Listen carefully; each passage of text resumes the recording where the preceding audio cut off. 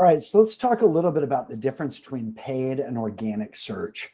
It's easy to think these two things are very similar, but they actually behave very differently. A lot of different things are happening when you choose to do content marketing versus advertising. So of course, understanding how the Google search results page is laid out is a part of this, and ads are taking up more of the page than they ever have, but they're also sort of squeezing organic results to the middle. And so often we'll see ads are shown at the top, and an ad, just to be clear on what's what, an ad is anything that you pay to have show up. So bidding or even a local maps listing, if it's shown as a recommended local result, those are all ads. And then included in that would even be pre-roll ads on YouTube, which would be a different thing. But on search results pages, those ads are a little bit more all over the place than they've ever been in terms of the formats of the content. And they're also appearing often at the top and bottom of the page now, unless Google shows you an infinite scroll page, which is kind of another new thing that's happening. And so Google's always testing, just like Amazon or any of these companies that have been sort of digital universe companies. There's so much testing, and it just gets faster and faster because there's so many users. They can test things now in a day or two and then roll out changes. And so there are hundreds of changes happening all the time to how these different areas of content are laid out on the search results page. Typically, it's easy to identify if you just slow down and think about it, with an indicator that it's sponsored. But oftentimes now it's getting easier for the casual search engine user. It's getting harder, rather, for them to distinguish between the two. So how do they work out different in terms of the business? Well, we think of organic listings as a longer term play. It has a higher return on investment over time, but it takes a long time to get there. And then paid is good because it works right out of the gate, typically with a little bit of improvement with optimization over 30 to 90 days. But it works until you stop doing it. And so as soon as you turn off the advertising, that spigot is closed and it's no longer pumping out new leads or new sales or new website traffic or new viewers. And so organic and paid are different in terms of how they make up part of your mix. We really like paid for getting some quick wins under the belt whenever there's sort of a new level of investment with digital marketing, but like to have those dollars go toward organic over the longer term. And so thinking about both of them as sort of a part of a good, healthy mix, that's a safe way to approach it. And often companies will get into paid search and kind of get stuck there and ignore their website and not make it work well for users. And that's a real mistake because the website can have a higher return on investment over the longer term than paid typically can.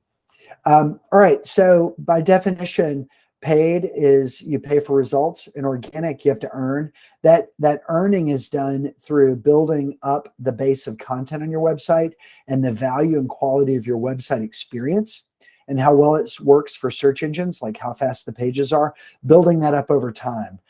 So yeah, that's kind of the big picture. Is paid and organic is everything else on the search results page. All right. So one thing to note is it's often easier to measure the return on investment for paid search. This is sort of a double-edged sword because it's true, but it's also not true. What this means is it's easier for non-marketers to measure the ROI of paid search. So one of the traps that we fall into with digital marketing is typically folks are experiencing more than one point of contact before they make a big decision. So it could be seeing a commercial on TV and then going to the internet, clicking on an ad.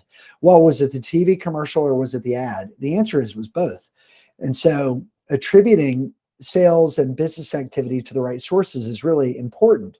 It's easy to fall into the trap with organic results versus paid, not to differentiate the two correctly. And that's a real mistake because paid is so measurable, people think about it as Google. And that's just not the case at all. You can go, organic results are the entire foundation of Google's ad sales business. So they want to protect at least the perception that everything on the internet is available through that results page, not just the advertisers. But it's created a little bit of a false sense for companies that want to advertise or at least want to gain new business that everything at Google is by definition part of that paid search equation. And not by any means is that the case. And so, yeah, it can be the case that measuring the ROI of a paid search campaign is simpler, but a real comprehensive marketing program is going to take all that into account and have attribution set up so that you can attribute a certain amount of weight to all of your different marketing channels based on how the users are behaving. And sometimes you don't get that right out of the gate with like a free analytics package, but you can build your own model and build your own dashboard to do that over time. That's how we do it. We build dashboards where we're attributing activity across the board to all the different places it comes from, and then understanding with lead attribution or sales attribution better where it came from based on that activity, based on how users are using your content, your website. All right, next up, paid versus organic. Short-term results are long. Again, paid, you can get out there faster, go to market faster with a new product or a campaign. Organic, longer term strategy and a better return on investment over time. So those are important distinctions. And then next up, organic search delivers a higher share of search traffic. That's typically the case. With advertising, you're having to go after people at a real high cost.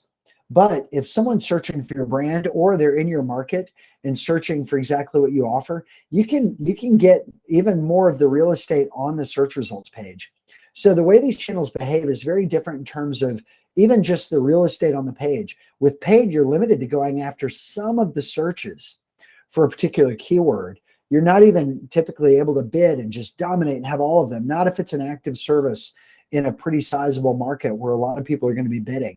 But with organic, you can build a larger footprint of content around a particular topic. And so sometimes where it's cost prohibitive to go just advertise a particular service or subservice that you offer, sometimes it's still good and valuable to create a large footprint of content around that subject matter on your website, because you're going to catch more of the local or more regionally relevant users when they're going after, because Google knows where you are in your service area and can sort of add that information to the equation. So yeah, so search engines have these two different ways in which they work, paid versus organic. Both are important. And in the organic, one of the things that's different is how much of what's out there you can go after. All right, similarities between the two. Keyword research is really going to support both these channels. And also, it's important that both of them provide an experience that compels people to take action. One of the most overlooked areas of digital marketing is what page experience or landing page experience you're taking someone to from an organic listing.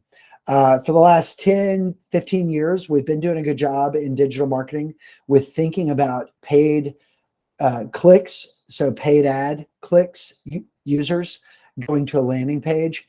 But often with organic, we really don't think about what we're doing from there on out. SEO is sort of fixing a lot of that with making sure that core web vitals are good on web pages. But still, we often take people to pages from an organic search result listing that are kind of a grab bag of a little bit about everything and not a lot of depth around the exact page that they're on.